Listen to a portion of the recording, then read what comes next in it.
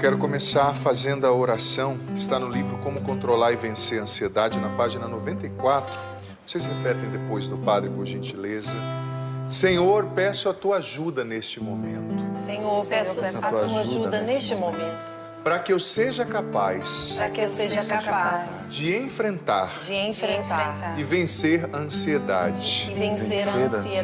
Liberta-me, Senhor. Liberta-me, Senhor. De toda preocupação excessiva. De toda inquietação. De toda vontade de querer controlar. Todas as coisas. Dai-me, Jesus. O dom da confiança em Ti. Harmoniza minhas emoções. E a maneira como eu me vejo. Sei que o Teu poder é capaz de me transformar. Dai-me sabedoria, Senhor. Para eu administrar tudo que acontece dentro e fora de mim. Cura-me com Teu amor. E liberta-me dos efeitos. Da agitação. E da ansiedade. Professo que confio em Ti. E que contigo serei capaz de superar todos os desequilíbrios e medos que hoje me fazem sofrer. Amém. Olha, eu quero começar dizendo, filho amado, filha querida, que é possível sim enfrentar e vencer a ansiedade, tá? Talvez você pense assim, ai padre, mas em mim já está tão enraizado. Em mim, padre, eu já sou uma pessoa ansiosa assim mesmo. Olha, não use o verbo ser. Conjuga o verbo no estar, né? Eu estou ansioso, padre. Eu me acostumei sim a ter comportamentos ansiosos, mas você pode mudar essa chave. Com Deus você pode enfrentar e vencer a ansiedade. E eu até te aconselho, se você puder depois, você que não viu, veja a pregação do padre de ontem, porque ontem o padre introduziu, hoje e amanhã vou falar sobre como a palavra de Deus nos ajuda a entender a ansiedade, a vencer a ansiedade. Porque é muito sofrido, gente, quando a gente não tem sabedoria para lidar com a ansiedade. É muito sofrido, né? A gente é arrastado para todo lado, a gente não dorme, a gente não descansa, os nossos relacionamentos são prejudicados. Então a gente tem que aprender com a palavra de Deus. Que inclusive hoje Mateus capítulo 6, versículo do 25 ao 34. A palavra de Deus pode nos ensinar a lidar melhor com a ansiedade. E essa palavra que eu vou ler hoje é a que me inspirou na escrita desse livro, Como Controlar e Vencer a Ansiedade, 5 segredos para superar o mal do século, que é a ansiedade, e a depressão também, que é associada a ela muitas vezes. E eu confesso que a gente fala da ansiedade como um problema moderno, como o mal do século, mas olha, mais de 2000 anos atrás Jesus já falou dela. Nós vamos ler hoje. Essa preocupação, inquietação, né? Hoje o padre vai falar, filho, filha, sobre como a gente lidar com a preocupação. Quem nunca, né? Se preocupou, você que é mãe, pai, sempre, às vezes a gente se preocupa com os filhos, né? A gente se preocupa com o futuro, a gente se preocupa com as finanças, a gente se preocupa com tanta coisa, mas hoje a Bíblia vai nos ensinar a lidar com isso. Vamos ler juntos? Jesus que está dizendo, Mateus 6, do 25 ao 34. Por isso eu vos digo, não vivais preocupados com o que comer ou beber, quanto à vossa vida, nem com o que vestir, quanto ao vosso corpo. Afinal, a vida não é mais que o alimento e o corpo não é mais do que a roupa? Olhai os pássaros do céu. Não semeiam, não colhem, não guardam em celeiros. No entanto, vosso Pai Celeste os alimenta. Será que vós não valeis mais do que eles? Quem de vós pode, com a sua preocupação, acrescentar um só dia à duração de sua vida? E por que ficar tão preocupados com a roupa? Olhai como crescem os lírios do campo. Não trabalham, nem fiam. No entanto, eu vos digo que nem Salomão, em toda a sua glória, jamais se vestiu como um só dentre eles. Ora, se Deus veste assim a erva do campo, que hoje está aí, e amanhã é lançada ao forno, não fará Ele muito mais por vós, gente fraca de fé? Portanto, não vivais preocupados dizendo: o que vamos comer, o que vamos beber, como vamos nos vestir? Os pagãos é que vivem procurando todas estas coisas, inquietos por isso, né? Vosso Pai que está nos céus sabe que precisais de tudo isso. Buscai em primeiro lugar o reino de Deus e a sua justiça, e todas essas coisas vos serão dadas por acréscimo. Portanto, não vos preocupeis com o dia de amanhã, pois o dia de amanhã terá a sua própria preocupação. A cada dia basta o seu mal. Palavra da salvação. Glória a vós, Senhor. Gente, essa passagem, eu aconselho você depois a retomar essa passagem bíblica, a lê-la novamente, a refletir sobre ela. Ela é muito profunda e Jesus está atingindo ali o cerne das preocupações da gente, das inquietações, da ansiedade. Essa passagem traz 8 ensinamentos muito especiais. Nós vamos discorrer agora. Mas ontem eu estava estudando e eu descobri o seguinte, que eu só tinha estudado isso, mas o padre tinha esquecido, é tanta coisa, né? A palavra ansiedade, ansioso, do grego antigo, com o qual o Novo Testamento foi escrito, queria dizer literalmente dividido. Não é isso que a ansiedade faz com a gente? Ela nos divide, gente, por dentro. Ela faz com que nós não tenhamos coesão entre o que a gente pensa, sente, deseja. O pensamento leva para um lado, o sentimento para o outro, o desejo para o outro. A pessoa vive confusa. Aí ela sente, dominada pelo sentimento, a gente não pode ser dominado sempre pelo que a gente sente, né? Porque senão você vai querer comer o que você não pode, não deve, mas você sente vontade, se você não tem maturidade e sabedoria, você vai ser arrastado pelo sentimento, pelo desejo, você vai querer comprar o que você não tem dinheiro para comprar, e aí tem gente se endividando, né? Porque está dividido. Você vai querer ficar o dia inteiro no sofá, mas você tem que sair trabalhar, né? Então é preciso buscar essa unidade interior, né? Essa integração de todas as coisas. Então vamos lá. Olha só o ensinamento profundo que essa passagem nos traz. 8 ensinamentos. Primeiro, versículo 25. Jesus dá uma ordem. O Padre Jonas, o Monsenhor Jonas, a Bíblia, nos ensina a ler a Bíblia sempre nesse viés, né? Tentando entender onde estão as ordens de Deus, as promessas, os princípios eternos. E aqui nós já descobrimos uma ordem de Deus. Jesus não está sugerindo, ele está falando no imperativo. Versículo 25. Não vivais preocupados. É uma ordem de Deus. E olha, não é uma ordem esmagante, uma obrigação. Se ele está ordenando, é porque ele quer nos dar as condições necessárias para obedecer, né? Santo Agostinho dizia: Senhor, dai-me o que eu desejo, porque foi o Senhor quem me fez desejar. Ou seja, me capacite, né, a alcançar o que o Senhor coloca no meu coração ou o que o Senhor me pede. Também Santo Agostinho dizia, acho que essa frase se encaixa até melhor: dai-me o que me mandas e mandas o que queres, né? Ou seja, dai-me o que você está me mandando, e daí você pode me mandar o que o Senhor quiser. E é verdade, se Deus está pedindo, ordenando, é porque Ele já nos deu, filho, filha, as condições necessárias para a gente realizar isso aqui. Então veja bem, não vivais preocupados. Gente, e é interessante perceber que a gente precisa ter sabedoria para lidar com as preocupações. Porque tem muita gente adoecendo por causa de preocupação. A preocupação, já está dizendo, né? Prefixo pré-ocupação. A gente sofre por antecipação, né? A gente vai criando mundos e fundos e fantasiando, ela vai nos adoecendo. É a pessoa que se preocupa, a mãe que se preocupa com os filhos. É o pai que se preocupa excessivamente com o trabalho. Claro, nós vamos entender o que é preocupação e o que é sabedoria para lidar com a preocupação. Porque existem muitas falsas crenças com relação às preocupações. O padre vai ensinar aqui. Se preocupar não quer dizer você ser operativo e resolver o problema. Preocupação não resolve o problema. Você pode repetir depois do padre, por gentileza?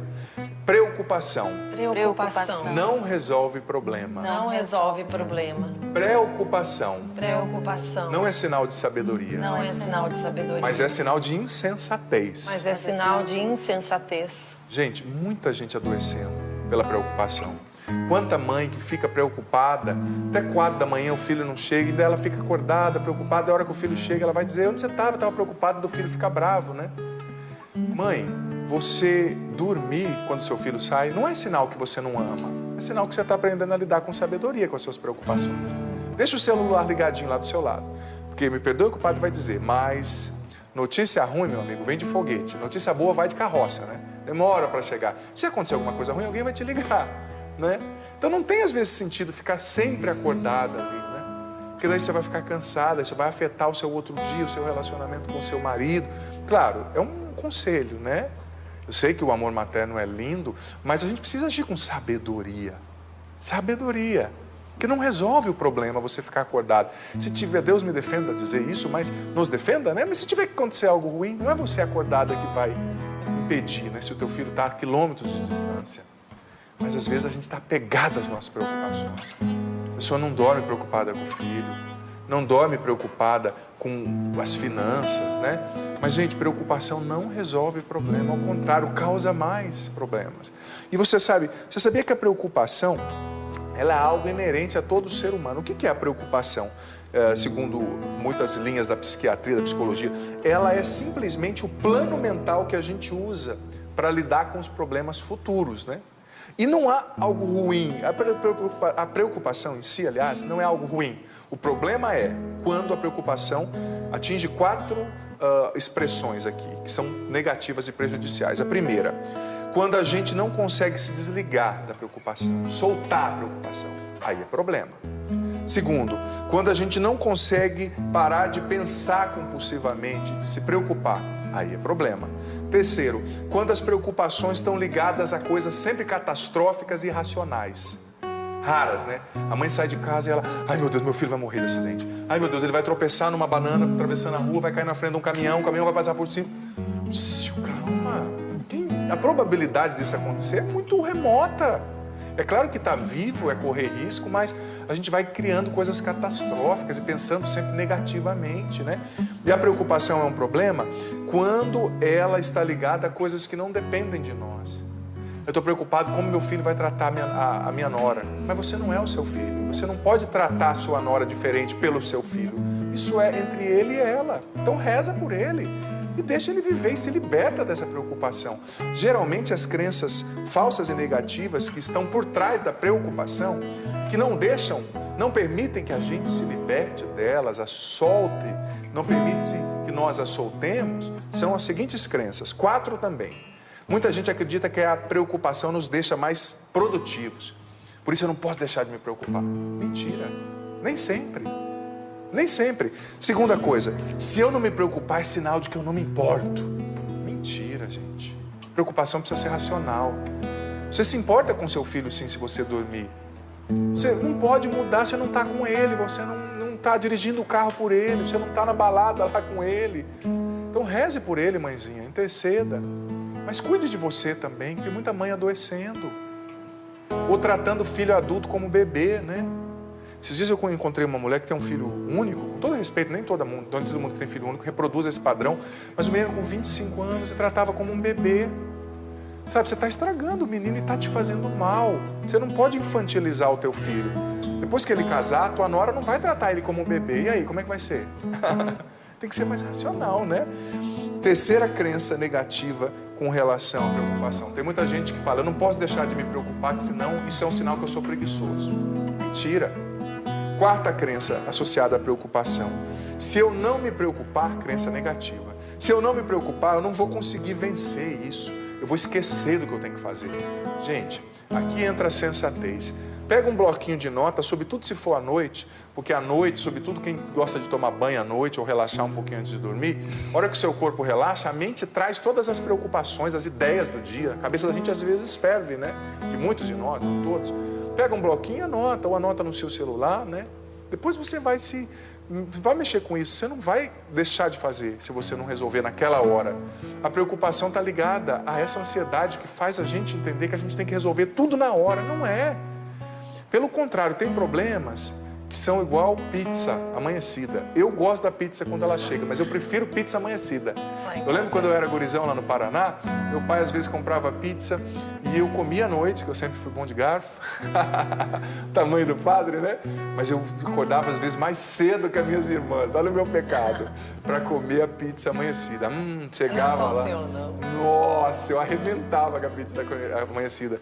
Aí meu pai chegava, né? E olhava, só via a caixa da pizza lá no lixo. Eu vejo que você se alimentou, né, bebê? Eu falei, Meu pai é bem sarrista. Mas tem problemas que são igual pizza amanhecida. Se você deixar ele dormir para resolver amanhã, você vai ter mais sensatez, você vai estar com a cabeça mais fria, e você vai enxergar ângulos da questão, perspectivas que você não enxergava no dia à noite anterior, cansado, com a cabeça cheia de coisas, de cobranças, de problemas e o cansaço do dia, né? Então tem problemas que a gente tem que deixar descansar, a gente tem que deixar na poupança. É como pessoas que mandam mensagens pra gente, né? Eu recebo muitas mensagens e às vezes a pessoa fala, padre, você não me respondeu. Mas eu não tenho que responder tudo instantaneamente. Tem coisas que eu tenho que rezar. Se for um convite, por exemplo, para pregar, para viajar, eu vou rezar, eu vou refletir, eu vou ver se eu tenho condições, eu vou ver se eu disser aquele sim para a pessoa, eu não vou estar dizendo um não para mim mesmo, né? Porque todas as vezes que você diz um sim para alguém, não podendo dar aquele sim, você está dizendo um não para você, para o seu descanso, para a sua sanidade mental. Você está se agitando, se autodesgastando excessivamente, né? Então tem que deixar esperar um pouquinho. E a preocupação é inerente a todo ser humano, mas Jesus está dando essa ordem. Trabalha, filho, a sua preocupação. Não se preocupe. Ou seja, Jesus está nos ensinando um caminho de sabedoria, para a gente aprender a desarmar o gatilho da preocupação na nossa mente, nas nossas emoções, nos nossos sentimentos. Ou seja, a gente tem que aprender a lidar com isso. Para aprender, eu vou falar sobre isso amanhã, na página 95 do livro Como Controlar e Vencer a Ansiedade, que é o 4º segredo para enfrentar a ansiedade, eu coloquei atitudes, agir do jeito certo. 13 atitudes que são essenciais para a gente enfrentar a ansiedade. E uma delas é aprender a racionalizar as emoções, né? Já estou adiantando aqui, é o conteúdo de amanhã, mas já estou adiantando. Racionalizar. Eu tenho que resolver isso. Racionaliza, calma, respira. Calma, deixa essa pizza amanhecer. Ou deixa a pizza lá por uma semana, no caso, usando a metáfora, né? Você, semana que vem, vai ter mais condições, porque você não vai estar no calor da emoção.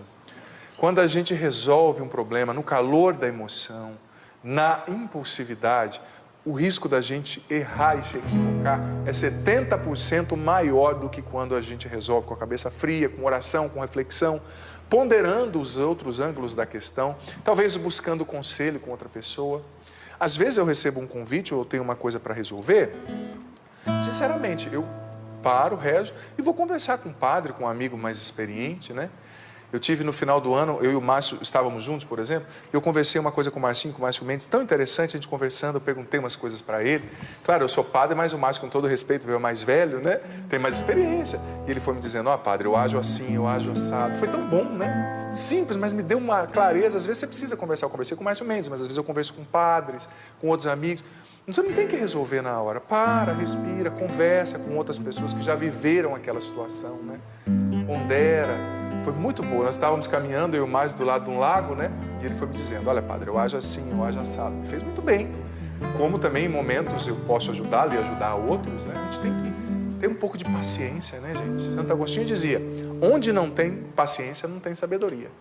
E onde tem sabedoria, tem paciência. Segunda ordem de Jesus. Eu sei que a gente começou um pouquinho mais tarde, porque a missa hoje foi missa festiva, né? Mas o padre precisa desenvolver esse conteúdo que é muito importante. A segunda ordem que Jesus dá, no versículo 26. Olhai. Muita gente está ansiosa, porque não olha, não vê. O que Jesus está dizendo? Olhai para os pássaros.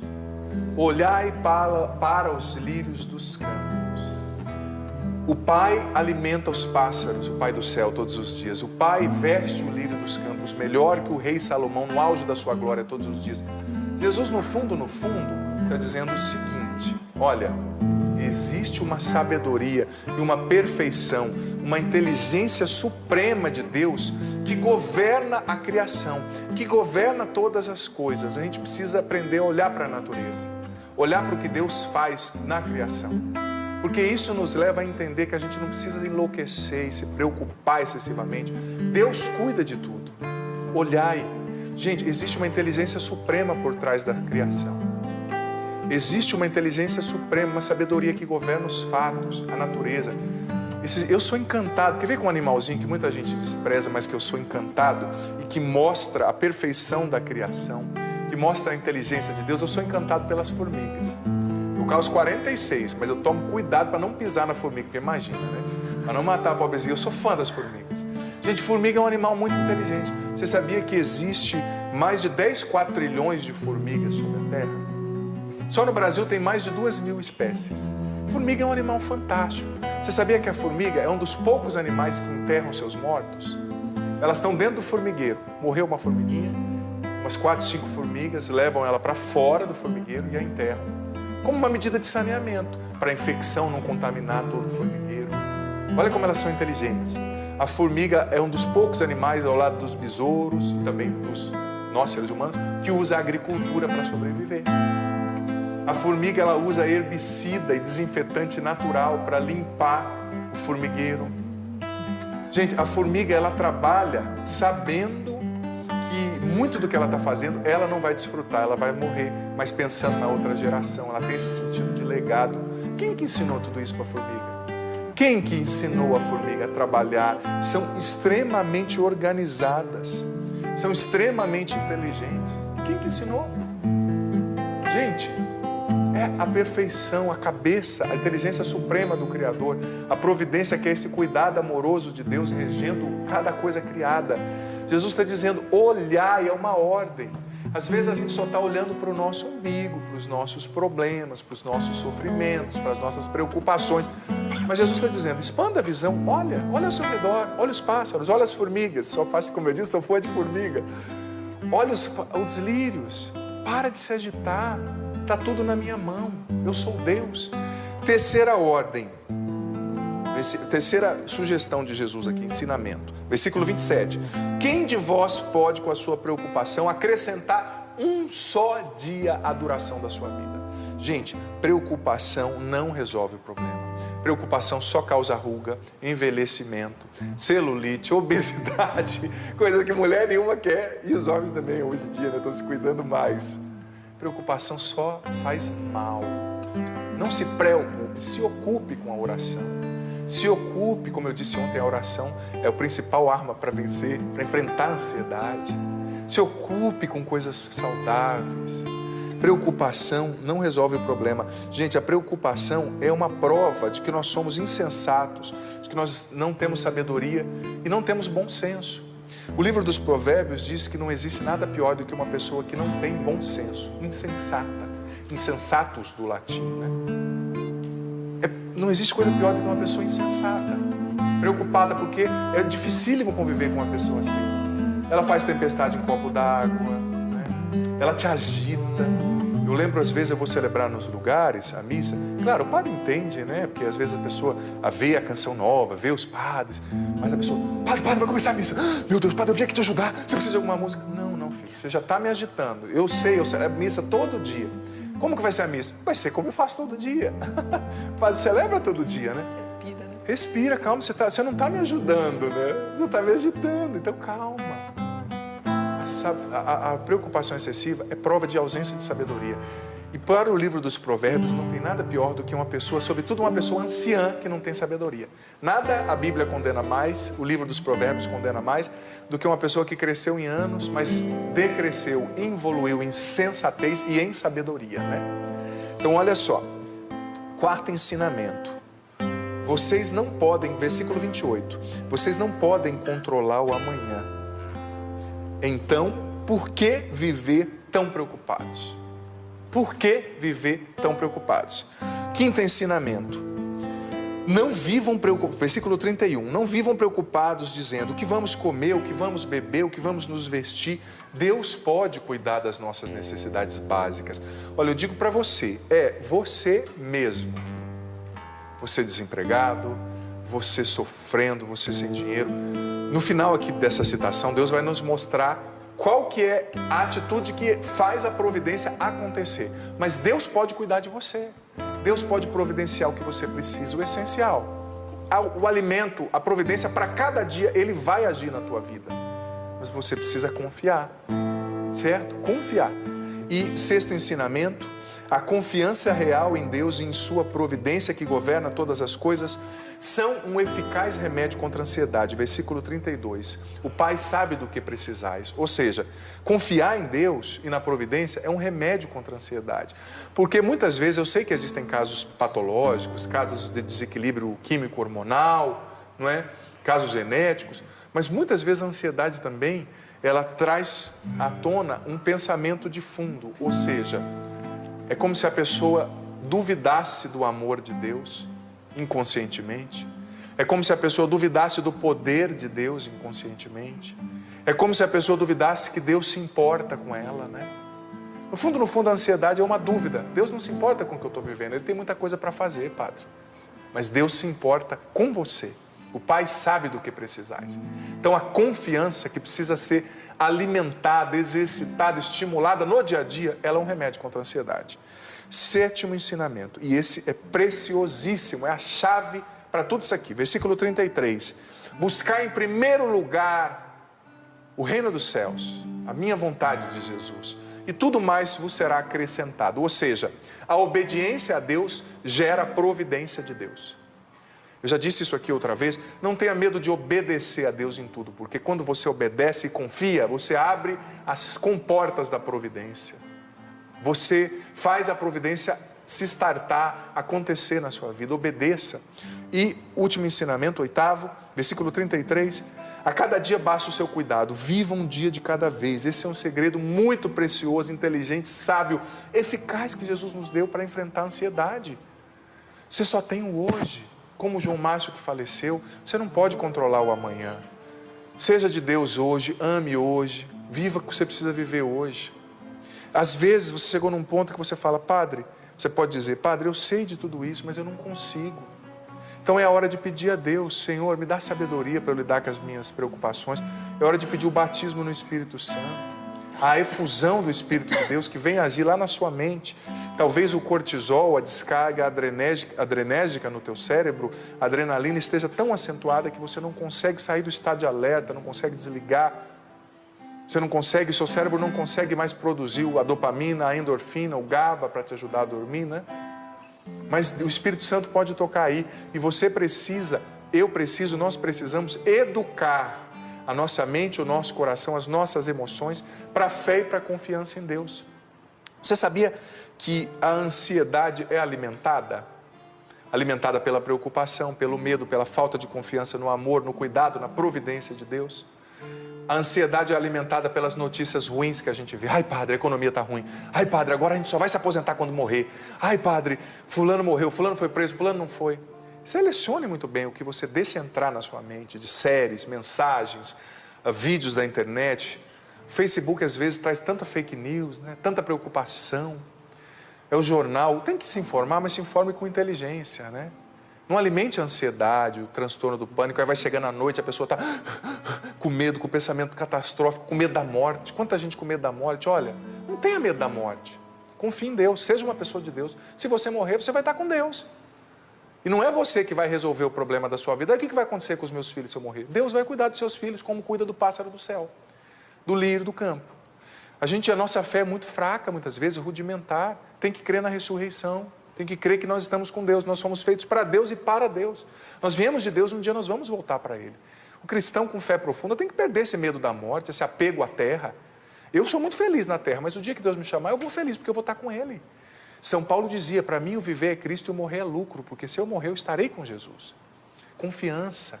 Às vezes a gente está confiando muito pouco em Deus. A gente alimenta a ansiedade, mas a gente precisa alimentar a fé. Como a gente alimenta a fé?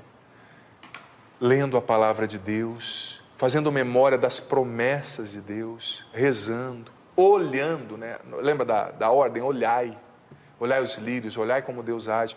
E também a gente alimenta a confiança em Deus entendendo, gente, que nós somos capazes de lidar com as situações difíceis, sim. Às vezes o que atrapalha é a nossa imaginação, é a insensatez, né? Você já não lidou com problemas antes?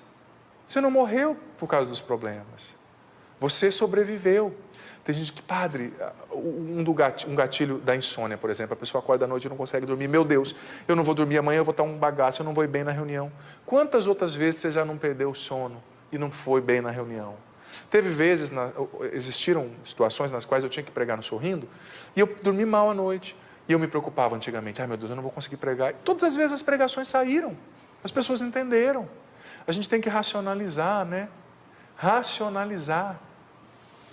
Você pode lidar com situações difíceis, sim.